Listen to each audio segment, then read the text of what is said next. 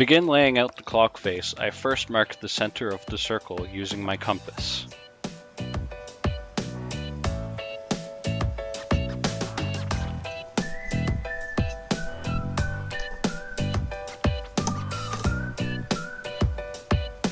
Then I mark another smaller circle inside that. Using that same radius, I walk the compass along the outer circumference to lay out for the odd numbers. Next, I bisect the distance between two of these points using my compass and a straight edge. Then I repeat the previous step to mark out the other half of the numbers.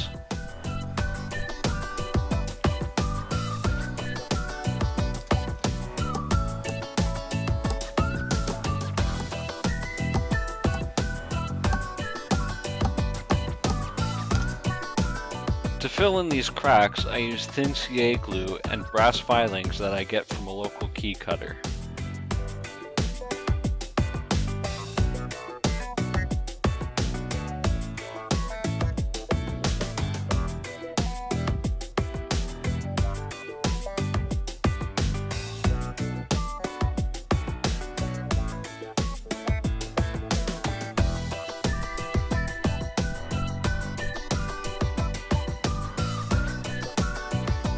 Now to begin drilling all the holes that I'll need.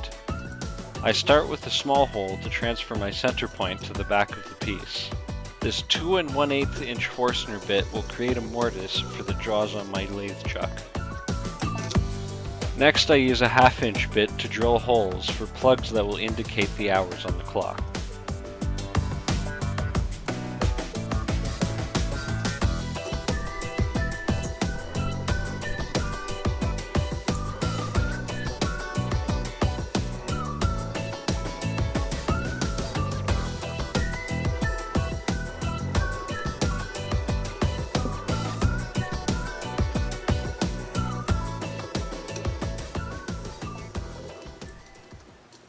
I use an old and inexpensive bit to drill into the brass inlay.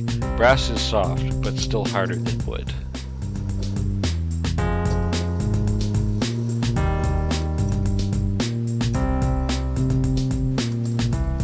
Now I expand the hole in the center so it's large enough for the movement to fit through. I use a special plug cutting bit to create plugs out of ebony and tiger wood. After the plugs are cut, they easily snap out with a flat-headed screwdriver.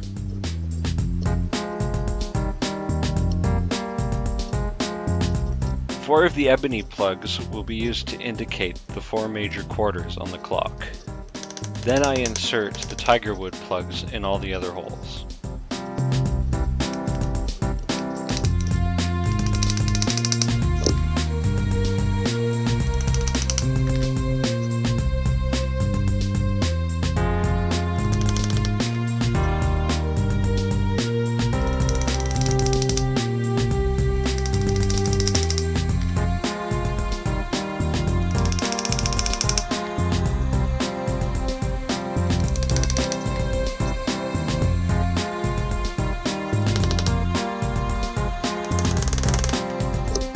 The plugs fit very tightly, so I only wait 15 or so minutes for the glue to set up. Then I knock off the excess with a chisel, though in retrospect a flush cut saw would have been better.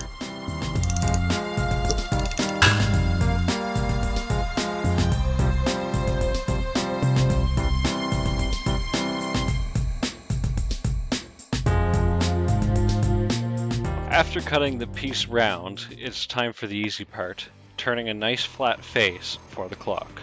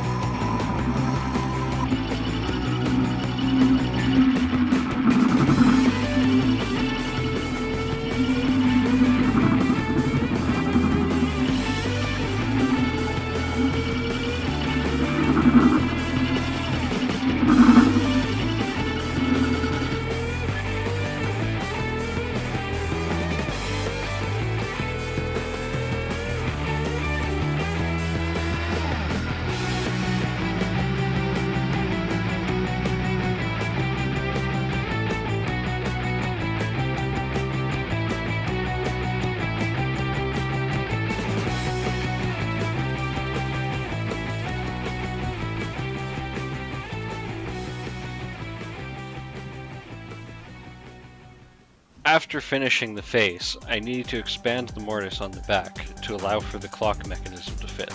This tailstock is threaded to match my faceplate and chuck. I use it to double-side tape my faceplate in the exact center of the piece.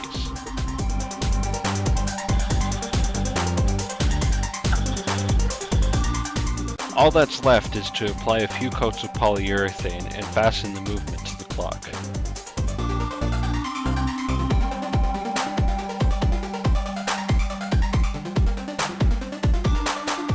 This clock is a graduation gift for friends of my girlfriend and I.